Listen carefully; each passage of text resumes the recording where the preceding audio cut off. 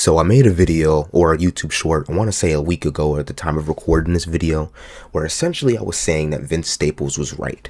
And in the video that I was talking about, I said that how in a previous interview, Vince Staples had went on record to say how streaming has basically killed the music industry. And by extension, I do think that he is right about this, but I also think there's other people who have said similar things to why I believe that this is a more common, or this is a more bigger problem than people like to acknowledge. So I am a big observer, right? I observe and I report what I see, right? I'm a young kid. I'm young compared to some of the people who actually watch me. I ran some of the analytics. Some of you niggas are over like 25, which is interesting to say the least. I didn't know there's going to be people who are older than me watching my specific videos because I just didn't know if it applied to y'all, if I'm being honest with you. But I've seen some of them. There's been many interviews where Vince Staples, I'm getting ahead of myself. Vince Staples, a recording artist out of Long Beach, California, is, well, I said before, a recording artist who's kind of associated with the likes of Earl Sweatshirt, Mike, but also associated with, more quote unquote gangster rap, for lack of better terms, even though I really don't like that term, but that's the best way to describe some of his earlier music at the very least. Vince Staples is one of those dudes who's been very vocal about a lot of the issues in the music industry, including how a lot of the labels are basically rug pulling a lot of their artists basically on a day in and day out basis, to the point where people don't even realize what's happening before them until it's way too late. Because if you remember vividly, he had an interview where someone asked him who won out of the Kendrick and Drake beef, and he said something completely off the table, something completely third party that's not has to do with anything that was going on, but he believed was an actual distraction. If I can find the clip, I can put it here. So I'm signed to Universal, right? Yeah. I've been signed to Universal since I was 17.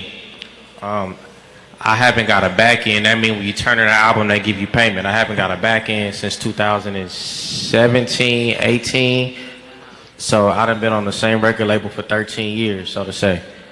That record label just folded all of its independent labels and subsidiaries into each other, which means how we was kids, you got Rockefeller, you got Def Jam, you got all these things, none of them exist no more. They fired all the heads of the labels, and if they didn't, they turned them into glorified A&Rs. They cut off 50% of the people who work in all these departments. Most of those people is us, people of color that come from hip hop and R&B and these other things, right? Then you got record labels opening up IPOs. You got record labels destroying their relationships with TikTok, Spotify, things that pay out artists because they want to start their own shit. So then we getting priced out of our contracts, we getting priced out of our imprints. There are no labels basically that are incentivized to sign black music, and it's happening in front of our eyes. And while Taylor Swift is fighting for people to be able to have streaming money, niggas is on the internet arguing with each other about some rap shit. So that's how I feel about it. But I was also saying my age earlier to say that I'm a young kid. So I grew up in the age of the MP3 player, transitioning into the iPod, transitioning into just strictly just the iPhone, where you can listen to your music purely off of your cellular device, right? That is the era that I grew up in. So buying music and owning it forever was only a thing that I personally didn't do, but I've only been seen done for the iTunes era. I didn't really see people physically buy albums for a majority of my life. The only album that I have remembrance of is my sister buying the Mindless Behavior album, like their debut album, when they fucking came to Minneapolis that one time in the fucking Mall of America. But albums, I think, are one of the most important aspects of music. I think that singles are cool, playlists are cool, mixtapes are fine, but albums are really what define an artist a lot of the time, in my personal opinion. Let's take the biggest artist of all time, Michael Jackson. Thriller, the album that had I think it only had 9-10 tracks on that bitch, and it sold 25 million. That was in an era where you actually had to buy your albums. It's not like you can just, oh yeah, let's go spin that on Apple Music, let's go spin that on Spotify. No, you actually have to buy your albums, right? That was back in the day when Shaka Khan would drop an album of 10, 12 songs. That was back in the day when a Teddy Pendergrass or a Marvin Gaye or, well, I don't think Marvin Gaye was alive during the time of Thrillers coming out, but that's neither here nor there. But you get the point. That was a time where if you released an album, niggas actually had to go into the store, open the door, walk in the door, look at your CD slash vinyl, pick up the vinyl, say, I wonder what Marvin Gaye has to say on this song. I wonder what Michael Jackson has to say on this album. I wonder what Teddy Pendergrass has to say on this album. Purchase the album for, if I'm being, let me double check the price of the average album during that time. If you account for inflation, it was somewhere around $5 to $10. So for the sake of this argument, we're going to say you walked into that store and bought an album for $10, but you keep it and now it belongs to you for the rest of time. I still find old CDs, or no, I used to find old CDs that my mom used to have of random R&B artists that she used to grow up listening to. You know, like R. Kelly, or that's a really bad first example, holy hell, or an Usher, or a Genuine. You know, like these, a lot of these people, right? Whatchamacallit, you actually had to buy the album that you were listening to.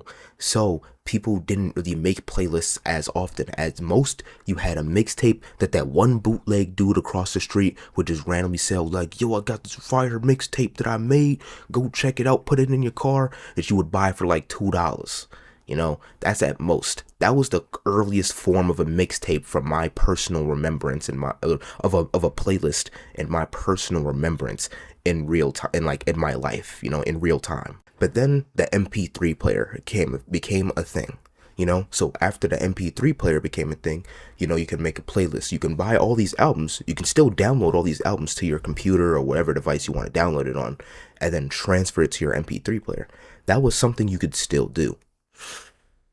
However, the issue didn't lie in terms of the actual device itself. I guess it was more of how people were listening to the music, with the aspect of being able to now make your own playlist. And I think people don't understand that was the one slippery slope that streaming used to accidentally kill the album altogether in totality. That's neither here nor there.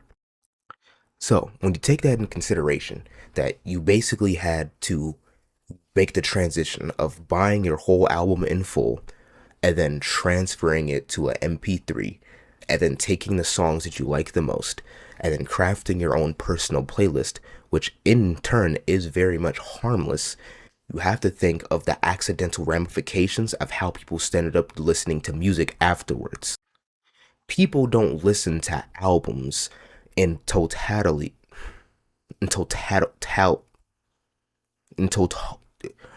People don't listen to albums in full. I'm genuinely so confused why that word is tripping me up the way that it is. It's actually blowing my. People do not listen to albums in full anymore. And if they do, it's not because they actually want to listen to the full body of work and how each song actually relates to each other, how each instrumental motifs that are sprinkled in from the first song to the last song, or common themes, is spread out all throughout an album. At least on average, people do not do that anymore. People listen to an album thinking, this will be a very good song to add to the playlist. This would be a very good song to add to the playlist. And if I remember correctly, I think Earl Sweatshirt even also said something very much similar to what the actual phenomenon is. I do remember him saying, I think he was trying to use an example about Shaka Khan.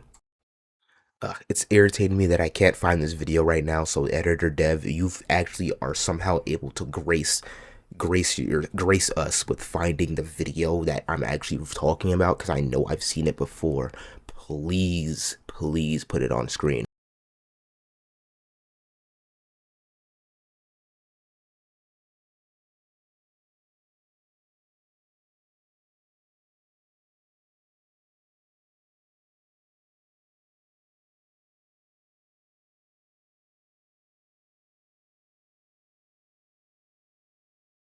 The only reason why I'm so adamant on finding this clip, because I feel like he was way better at articulating it in a way that I can at this exact moment. But for the lack of better terms, I'll try to put it into my own words as well. Like, the album is a body of work that only sits with you after you take the time to actually sit with it. If that makes sense, like the album is basically it's somebody's entire body of work. It's not just a one-off, it's not a freestyle, it's not a mixtape or a random EP that they had to hold you off until the album drops. It's the full body of work. It's the full track list. That's why the whole album as a whole is important, because even if you don't like the certain songs on it, the songs that you do like the most has the context of the songs that you don't like the most. Does that make sense? Like, let's take Mr. Morale and the Big Steppers by Kendrick Lamar, right? That album, in my personal opinion, is Kendrick Lamar's best album. I genuinely think that it is his most introspective, his most down to earth, and his most direct album, at least in terms of, at least from a lyrical standpoint, at least. That's how I feel about that album. But I'm not going to sit here and say that I think that it has some of the best songs on his career, if that makes sense. You know, because like let's look through this track list for a second. So I'm looking at this track list. The song N95, Rich Interlude, Rich Spirit, and We Cry Together, while good songs, they're not necessarily my favorites, but songs like Count Me Out, songs like Auntie Diary, well, no, not Auntie Diaries, Savior, songs like Count Me Out, songs like Savior, songs like Father Time and Die Hard, and Worldwide Steppers, they all have very much context that was given to them slash added to them from the other songs that were also listed on that album. So that's why I say the album is so important to for a listening experience, because it's not just your, oh yeah, you can listen to a couple of songs and get the full scope of what he was talking about in the album. The only way that applies, in my personal opinion, is where you get to the next point I'm going to make in this video, which is rappers don't know how to make an album no more. Unless your name is a JID, a Denzel Curry, or at least in recent memory, at the very least, a Lil Yachty. Unfortunately, I hate giving him credit. I'm going to be honest with you. I don't like giving that nigga credit in any shape or form. But unfortunately, if you're a Denzel Curry, if you're a JID, if you're a Lil Yachty, if you're any of those type of artists, if you're I'm not even just going to limit this down to just rappers, because it's more than just hip hop. It's bigger than just hip hop. If you're a Thundercat, if you're a Pink Panthers, if you're these type of people, who make albums, if you're a Slayer, I had to throw in the underground record representation, because yeah, he needed that. People don't understand how good of an album and how good of a deluxe he just made. That is a masterpiece that is a cult classic. I don't care. If you're not any of these guys, if you're not these people, then this actually applies to you. A lot of artists don't know how to actually construct an album. They don't know how to stick to a certain theme. They don't know how to actually construct a track list that makes sense, because they'll just throw a bunch of songs together, say, yo, this is my album, give it to their label, call it a day. Or if they do try to have a theme, they somehow miss their mark so completely that you're actually surprised how they even started making music in the first place. 21 Savage, I never want to hear you rap again in my life. You might be the worst rapper I've heard, and at the very minimum the last 2 years, and that's saying a lot. Too Slimy exists. This unfortunately even applies to artists that I actually love and listen to on a day-to-day basis. Let's take Cochise, for example, right? Cochise is a very high energy, hype artist that I love listening to. However, this nigga can't make an album to save his fucking life, or at least not like it just sounds like a collection of songs. It just sounds like a mixtape. That's the issue, which I'm just like, hey man, that's not entirely ridiculous, but we gotta look at it for the full picture, bro. If you're out here just making glorified mixtapes called a studio album, at least to me, your artistry starts to get tainted just a tad bit. For me, doesn't feel like that you're all the way in the game for real. It feels like that you're in it halfway, but you're not really in it fully. That's the at the very minimum the credit that I can give to a Playboy Cardi, that I can give to a Lil Uzi Vert. At the very minimum, Playboy Cardi is not out here making triple entendres or speaking about real world issues in his music. He's not. But at the very minimum, he can stay on theme for the fucking album. At the very minimum, he can stay on theme with the album. And that's why I believe that he actually made better albums than some of his peers. You know, take for example D Savage, who has been dissing on Playboy Cardi since who knows when, right? Since basically pandemic time. And then take actual Playboy Cardi himself. You know, D Savage kept saying, "Oh, I'm a better artist than you. I have better lyrics. I'm more unique. This, that, and third." But if you listen to a lot of D Savage's albums, or at the very least mixtapes, EPs, whatever you want to call them, they don't have any theme. They don't have any direction of where he doesn't have anything crazy to say, and neither does Cardi. But at the very least, Cardi, like I said before, has the central theme of the album. Let's take this song. Let's take that the album I Am Music. Now, while my flaws with that album are glaring, it is unfinished, it was overly long, and it had a lot of songs that really didn't need to be there at all. At the very minimum, he still had the I said South, was it South Side? I would say South Atlanta. Gucci Mane, Young Thug inspired esque instrumentals, but mixed in with the opium rage beats that we have been hearing from him and his entire crew for the past 2 years. It was a really good blend and a genuine good experimentation for sound that wasn't actually too crazy of an experiment to deviate away from your original fan base, if that makes sense. You know, he kept, it's for lack of better terms, if I had to give a theme for the album, it's a vamp hood nigga aesthetic, I guess. Like, that's the best way for me to put it. D Savage doesn't have any of that. And that's not even to say that I don't fuck with D Savage's music, but in terms of comparing the artistry, it's just not going to be the same. You know, D Savage, Baby Tron, a lot of, actually quite a lot of Michigan rappers, they kind of treat their albums like mixtapes instead of just songs. Shit, I ain't even gonna sit here and cap. Lucky is a good example of this too, and I love Lucky, but at the very minimum, with the last few albums that he released, it kind of felt like that he was just, the artistry is starting to get stale, for lack of better terms, you know? And I'm not going to say that all of this is directly impacted from streaming, because it sounds like that I've gotten off topic, but I'm staying on it. You just need to bear with me for a little bit. But it is a random side effect based on how people listen to their songs, if that makes sense. A lot of artists, a lot of rappers, that even some of them that I know to this day, that are underground at least, who have admitted to me personally, yo, sometimes people don't even make it to the sixth track. So why would I put in my all trying to get a central theme for this album, knowing damn well niggas ain't gonna listen to it? That's genuinely how some artists feel slash think about it. And then some other folks just don't care. And it doesn't really have much to do with streaming. That's just kind of more of a different issue to begin with. But we'll come back for that for a different video. But at the very least, it's more of a random side effect of how streaming pushed the playlist so hard. And then by extension, killing the album by mistake. If it wasn't intentional at the very least. But I can get into a conspiracy theory bag on how it is and how it is intentional, because then it goes into how album sales are even treated now.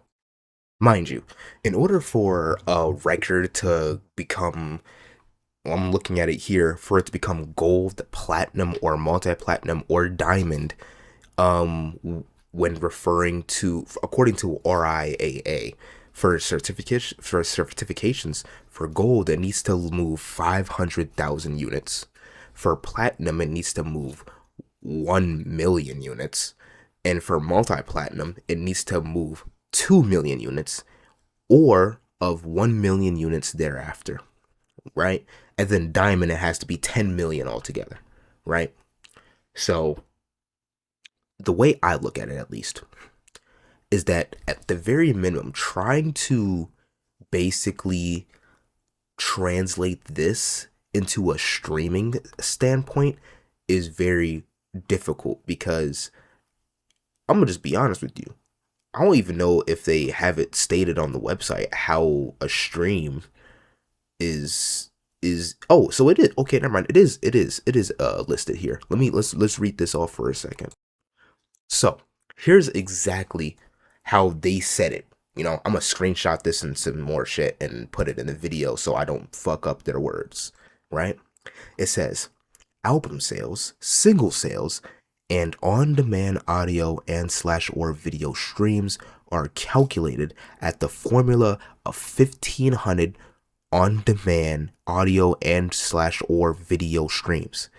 That equals 10 track sales, which would equal one album sale. Keep this in mind. Within the last 10 years, we have been receiving some of the most bloated albums we've ever received in our lives. In any genre. But let's start off with Chris Brown. Right? Chris Brown. Hold on, I'm about to search this shit up. Hold on. Chris Brown. What album was that? Was it Indigo, I think? I'm pretty sure it was Indigo. This shit has 33 songs. And I can tell you right now, you only remember one of them. I'm going to just tell you right now. Matter of fact, no, I lied. Two of them. Heat and No Guidance. I can almost tell you those are the only songs off of that album that you remember. Because it was 33 songs of bullshit. But let's look at the sales, right? Let's look at the sales. Because mind you, that's just the base edition. We're not even talking about the deluxe. Right? First week, Chris Brown earns 108,000 album units. Which in the streaming era, all that means is that 108,000 dudes listened or streamed it so much. That's what they're saying. That's what they're trying to point it at. Streamed it so much that it ended up becoming an album sale. But mind you, 10 tracks equals one album. So if you have 30 songs, that technically counts for 3 albums with the streaming era metrics. Are you understanding that? 3 albums in the streaming era metrics under one mixtape, or as a mixtape, under one project. That most of his very big fan base, because people try to deny that Chris Brown's big. No, he's a big artist. Regardless of what the fuck he did, niggas are gonna still listen to him, unfortunately. Right? Because of his really big fan base, he just got 108,000 sales off of just putting out 32 songs of bullshit. With 2 good songs that people remember, that they actually went back to spin back for, which ended up getting him later certifications for the album. Right? So you gotta think about this way. How many other artists have you think of where they're giving us 19 songs of bullshit, 20 songs of bullshit, 25 songs of bullshit? Intentionally or unintentionally. How many times do you see artists doing this? It's because they know that the more streams, the more sales. And obviously they're doing it just to stay afloat because let's be honest, gang. Let's be honest, gang. Can you blame them? Like, let's take Lil Baby for example. That nigga knew he was gonna fall off soon. He knows that nobody stays in the rap game forever, especially when you're not that good of an artist, right? Very rarely do you see an artist have a 20-year career at a very high peak or peaking consistently before the last one. You only see that for the Kendrick Lamars, the Drakes, the J. Coles, the Tyler, the Creators. It used to be A$AP Rocky, but we seen how that went, right? You only see that for these type of artists. So then it just begs the question. If I'm a smaller artist where I know that my prime is only going to be a 2 to 3 year run, why not just put out quick 25 to 30 song albums every year so my streams are ran up so much that even if I do fall off, I can still make money off of the albums that are continuously going to be streamed, because there's going to be a bunch of people saying, oh shit, yo, I low-key missed that old little baby. I low-key missed that old young boy. I low-key missed that old Lil Tecca. Or, I don't know, I'm just throwing out random rappers at this point. But you get what I'm trying to say here, though. And it's still happening to this day. Like, very much, it's very relevant to this day, actually. There's a certain artist who's dropped 3 back-to-back albums on the exact same night, all about 15 to 12 songs each, to be streamed on that one night to bloat sales. You know, not gonna name any names, not going to accuse anybody. But his name starts with a D and it rhymes with rake. Right? You're listening to all these albums trying to see if you even like the album. And while you spin it, they're hoping that you spin it 4 times a person, because all those streams are going to add up to these pockets. Because, as said before, you can't just buy an album no more. That's just not a thing. That's why a lot of artists have bundles and combination packages for their albums. Get this brand new t-shirt with a vinyl with 3 extra songs added along the album for a pre-order so I can get my album sales up. If you don't know what I'm talking about Travis Scott, and I think even Tyler the Creator did this. Like, your best, like, well, some of your favorite artists have probably done this at one point, shape, or form.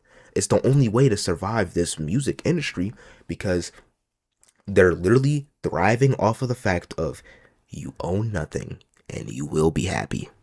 Because I know for a fact, once I get a vinyl record, bro, it's over. I ain't gonna lie. Like, there's not gonna be a single reason for me to use, like, Apple Music or shit. Because I'm just like, okay, I can just buy my albums in vinyl form, get my vinyl player, call it a day. But the point is that there's so many niggas who don't feel like doing that or don't see the point in that, because they don't understand the power of ownership. They don't understand the power of owning your media. Right? This could be said about so many different things, but let's keep it music for a second. Like, this applies to so much. Like, Vince Staples was right. Streaming is killing the music industry, but I think that it's due for a revival, if that makes sense. I don't like making videos where it's all doom and gloom and, oh, this nigga just ranting for 30 minutes, but he don't got no solution. I don't like being that type of nigga, right? Because there's definitely solutions to these problems, right? Right? Obviously, physical media is definitely the first step, but let's say that for some reason you can't even do that, right? You're dead ass better off downloading the album. I'm not gonna lie to you. Because say for whatever reason, the internet is cooked. Say for whatever reason, the internet just fries. And all your saved mixtapes, albums, playlists, EPs, all that, you can't listen to it no more. Why? Because it's all online. It has to be streamed. That's the only way them to make money. It's the only way them boys make money, right? And I promise you, you won't lose shit, because them boys be buying streams anyway. Look at Post Malone. Look at Drake. They're trying to accuse Kendrick, but let's just say for the argument of the video, let's just say Kendrick was also buying these streams. Let's just say it, right? He was doing it too. They're not losing anything if they're using bots to stream the music. So if you feel that you need to download the music or just get a vinyl, then just do that, bro. Because at the end of the day, it's either still going into their pockets in some shape or form if you're downloading music. Because like let's really think about it. If you're downloading the music, 9 times out of 10, you actually have to go stream the album, find the songs that you like, and like, okay, let me take this, and this. Add it to my playlist, download that, like, do with your whole process however you like doing that. Once you finally get done with that, you know what you like and you can just keep pushing. I think the issue is that it also plays into the fact that the streaming services play on the fact that people don't know what they even like anymore. People don't know how to curate their own sounds that they like, right? I ain't trying to be a back in the day ass nigga, but back in the day,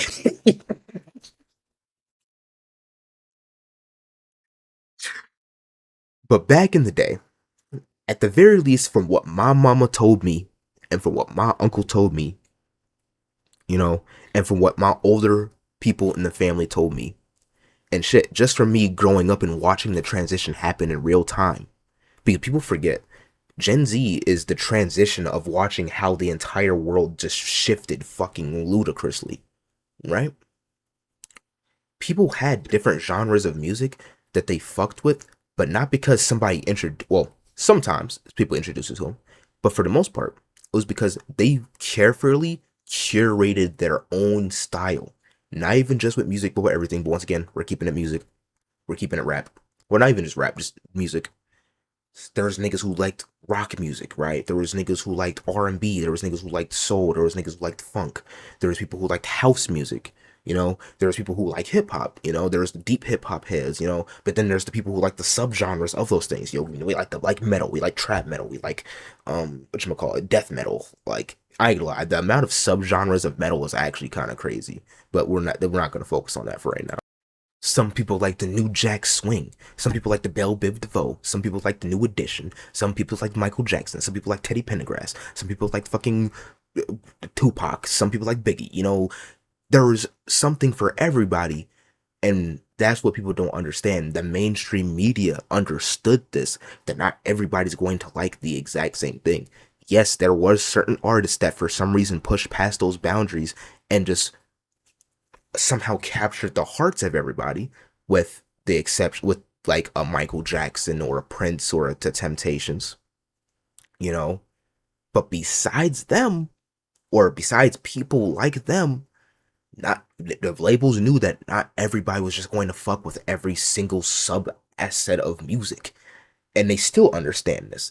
But that's why they continuously push the same 5 artists in every genre to you, so they know, hey man, these are the people that the labels are paying us to push right now. So we're gonna push you, these artists, through our streaming platform, through these carefully curated playlists that we made for you. And mind you, I'm gonna be completely honest with you, bro. I genuinely didn't know that people actually looked at Rap Caviar for suggestions on music. I genuinely didn't know that people went on these Spotify playlists for suggestions to music. I never knew this. Like, they advertise it, but I didn't know people actually listened to them. I didn't know people actually went and listened to them. Like, as a discovery feature. Like, oh, this is a new artist that I didn't know about. Like, people actually use those playlists. Like, I didn't know that, right? So it's like, now the art of curating your own library is now not even up to you for some people. It's up to the fucking algorithm. They decide what you like. I'm not saying that they don't respond off of what you click off and what you don't click off, but the fact that they have the ability to just completely dictate what you like takes all autonomy outside of the music stream, or outside of just the aspect of listening to music. That's why I say, well, I don't know if I say this on the channel a lot, but I know I say this in real life. That's why I say you need to listen to what you like. Listen to what you like. If you don't like Drake, don't listen to Drake. If you don't like Kendrick, don't listen to Kendrick. I know these are really very specific examples, but it's just bear with me for a second, you know? If you, for some reason, don't like Michael Jackson, don't listen to Michael Jackson. If you don't like R&B, don't listen to R&B. You know, it's easy to just not listen to these people and listen to what you actually like. You know, it's different if you try some shit out and you're like, I don't like this no longer. That's different. Because you're like, you're trying some new shit and you realize you don't like that new shit. You know? You tried out Thundercat and you're like, I don't like how he plays the bass guitar. I don't fuck with that. Yeah, fairs. You know, and you keep it pushing. But it's the niggas who don't realize that, hey man, I'm gonna keep listening to fucking Too Slimy to shit on Too Slimy, realizing that Too Slimy songs are popping up in your playlist, in your suggested feed, because you keep listening to Too Slimy's Worf's bitch ass. Like, what are you not understanding? What are you not getting? What are you not getting? I'm confused. People don't understand. It's an algorithm now. It's all algorithm. You clicked on this video because of an algorithm. You like videos of niggas talking about music, and we're giving it to you. That's what the algorithm does. You know? And that's why I'm very confused on why people don't understand that. That the algorithm has shifted how we created music in the first place. So you have to basically look for it yourself. That's the only way that's the only way to make sense. Because there's so many people who say, yo, there's no more of this in rap. There's no more of this in R&B. There's no more of this. Why are all the rappers sound the same? Why is these mainstream rappers so bad? Why can't nobody rap no more? Because you're not looking for the artists that you need to find, bro. Like, gang, if you're I don't want to be mean to the older generation, bro, because y'all definitely have endured some shit, civil rights wise and shit. But at the very least, when it comes to hip hop, bro, y'all just gotta have to get with the times, bro. You have to look for your own shit. I'm gonna be honest, bro. And matter of fact, if you're an old dude watching this video and you need some lyrical artists to listen to, I got some for y'all. Lil Reezy, Destin Laurel, JID, Denzel Curry. Like, the list can go on. Dead Boy 6 or Robin Leone now. You know, V's. People don't understand how lyrical of artists V's can be. Kenny Mason. Like, there's so many people for you. That's why I'm so confused on why people don't understand how to either one, carefully curate your own algorithm, because you can beat the system. You definitely can. Either that, or you just say fuck it and you just start using other tools to find your music that aren't algorithm based, bro. The search feature works for a fucking reason, bro. You don't have to search on fucking Spotify. You don't have to search on SoundCloud or Apple Music. Stop giving that curated shit that they gave to you that they keep pushing out to you, bro. Find your own shit, bro. That's what you gotta do. You have to find your own thing. If you like gospel music, go search out gospel artists. You can just literally go up on Google, new gospel artists, and then go down that rabbit hole. Stop looking at the first 3 search options. There's 17 pages on Google for a reason. That's just minimum. You know? Like, you gotta understand, there's so many different ways to find the music that you like. You guys are just too lazy to do it. Not even just about old heads no more. I'm just talking about people in general. Like, people just, because, like, mind you, people have the same complaints across all generations. Oh, the singers ain't singing no more. We got Chuka the Destroyer. We got Groovy. Or, was that his name? Is his name Groovy? We have Palace Floor. Like, gang, you gotta stop looking at the mainstream, bro. The mainstream is dying. I'm gonna be honest. If you're looking for the mainstream for, like, the best shit in the world, you're just not going to find it. Not in the big year of 2026, at least. Like, I will say this. Every time Drake drops some bullshit ass album, it is followed up with some of the best rapping we've heard from other artists in a very long time. All I gotta say is look out for people like Doechii. She's gonna be coming onto the scene crazy this year because she said she has an album cooking, and if it's anything like the single, we know that shit's gonna be fucking crazy.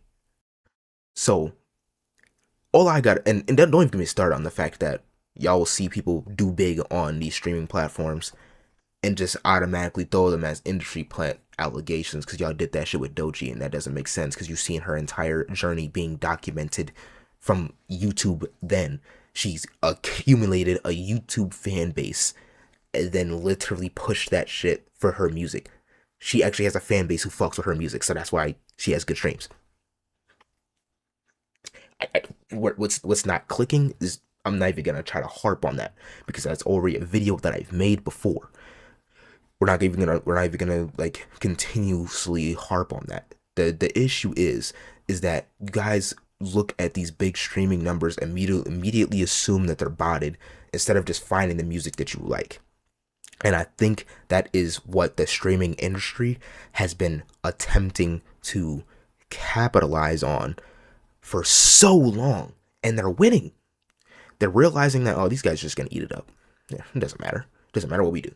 These guys are just gonna continuously look at the slop that we're putting together and throwing to you and just calling it a day. Did nobody find it suspicious that when More Life Drake by More Life by Drake came out, that he was on like every single fucking playlist cover of all time on Spotify? Like, does nobody remember that story? You know? Like, are we not going to act like if I don't go on Apple Music right now, that nigga Drake isn't on the cover of multiple different things right now? Like, here, like, yeah, I'm looking at it right now. He's on hip hop, R&B, and hits all at once. I'm screenshotting this and about to throw this into the video too. Right? He's on all of these things. So it's like, gang, obviously, there's a label and streaming industry collaboration happening here. And their main thing is we're going to push out these artists we think you like listening to, or we're going to push out these artists that we want you to listen to. We don't give a fuck about these niggas who actually make good music. Nah, we don't give a fuck for that shit. We need an agenda to push. That's what they're on, you know? We need an agenda to push. They don't care about making good music no more. They don't care. Well, I'm not gonna say they don't care about it. They just care about money. And if the money is in pushing out these artists that people eat up and then talk about for a week and then forget about, then that's what they're gonna keep doing. Like, I ain't gonna sit here and act like I'm not part of the machine. I am, but I'm kind of speaking to myself in this video, but I'm speaking to a lot of other people too. We need to be more, at the very minimum, we need to be more conscious of what we listen to. I think it's the only thing. You know, at the very minimum. Like, amen. We need to understand. It's probably better for me to listen to this album in full than just listen to a couple of songs of the album and be like, yo, I like a couple of his songs, you know? Like that's, I don't know. It's probably not the best option. Alright, but let me not make this video longer than it needs to be, because I kind of already gave the solutions. I'm kind of just ranting at this point. But, no, Vince, to put a conclusion on it though, Vince Staples was right. Music industry is killing, or the music industry is low-key killing itself by incorporating streaming into every aspect of it. And it's low-key about to implode, and we're gonna probably see a music industry crash in the near future, in my personal opinion. I just don't see it happening any other way. I just don't expect it to happen genuinely any other way. Like, it's looking like that it's another form of late stage capitalism that we're seeing right now, if that makes sense. Like, I don't see it being this really grandiose way of like, oh yeah, you know, all these artists are just gonna drop dead. They're not gonna make any more money anymore. It's just gonna be that. No, I don't think it's gonna be any of that. But I do think that there's going to be some significant changes within the next year of how we listen to music / how music is even made just in the next few years. Whenever we're receiving a drought when it comes to media, so for some reason, a lot of people just randomly start locking in. They're like, nah, I've had enough of this. Do you know how I know? Look at the movie industry for a second. For the past few years, we have been receiving nothing but remakes and reboots of franchises, right? But then if you take into consideration franchise or movies like Everything Everywhere All at Once, I just recently seen that banger. Sinners, and unfortunately Marty Supreme. I'm only saying unfortunately because I've watched the movie and I didn't like it that much, but it did well in the box office and it's an original thing. Even though it's a biopic, it's still original. So we have to take into consideration. Same thing with the Michael movie recently. It's something that's still original. So we have to take into consideration for what I'm talking about, right? There's definitely way more movies that I could talk about. Shit, there's a movie that's called I Love Boosters that's going to be out probably by the time this video comes out, that I'm sure it looks good at least. So we can use that for an example. But there are a lot of movies that are new and in some cases cult classics, but the issue is that it all takes people to actually press play on the movie. You actually have to go into the theater and watch that new movie with a theme or IP that you have no idea about. Yeah, it's comfortable to watch the Spider-Man movie for like the 6th time or the 6th reboot of a Spider-Man movie. It's probably comfortable to do that. But at the end of the day, eventually you're going to have to watch something new. And I think that's what a lot of people capitalize on in the music industry or in the movie industry. Now, if you take that to the music industry, I think the same thing is being applied here, right? You can listen to the 17th Drake album that he's going to drop where he's talking about some wham, my friends are all fake, wham, I'm still crying about a teenage girl that I used to date when I used to play the wheelchair Jimmy on Degrassi. You know, you could listen to the 17th Drake album, or you can listen to some new shit. You know, you can listen to a new artist who's actually dropping a new album in what I believe is the second coming of the Black Renaissance, essentially. You know, the second coming of the Harlem Renaissance, but basically through the digital age is what I'm expecting to happen within these next couple of years. And that might sound grandiose, but that's genuinely how I feel about it. You know, like there's so many different artists that are on the come up that are making genuinely great shit that I'm just like, yeah, these next few years are going to be fucking insane. Like, even if you don't pay attention to the mainstream, like, pay attention to them underground dudes. They got something going on for them. The Loreezis, the fucking Destin Laurels, the fucking who's another, the Slayers. They all have something insane cooking up soon. So we need to take into consideration what they got cooking up, because it's always going to be fire. And I think that for music, it's going to be done in an era where people are focused less on the streams and more of just the actual music itself. People are going to start respecting bodies of work more often now, is something that I'm starting to understand. And wildly enough, I do think that a byproduct of this was the Michael movie, because I just seen that, and I'm seeing how everyone is basically going through a resurgence of a lot of his albums, actually understanding the meanings of some of his works, and it's being very much beautiful to see. So I do think that that's going to cause a second wave of people actually putting in the work to make their craft the best thing that it could possibly be, in so many different shapes of form, but for especially music. I was rambling for a lot for this video, but if you happen to like that, be sure to like this video and subscribe. I have way more coming about so many different types of topics, so please be sure to like the video and subscribe, but also comment down below what are some factors you also think might have actually, affected the music industry, besides just, oh yeah bro, we just a couple dudes who happened on a streaming service and called it a day. What are some actual things that you think played a part in basically changing how we listen to music? Because I don't think this is more about how it's killing the industry, more how it's killing the music, or how we listen to it, if that makes sense. But that's neither here nor there. I'm Devin Crispy. Thank you for watching this video, and I'm signing off.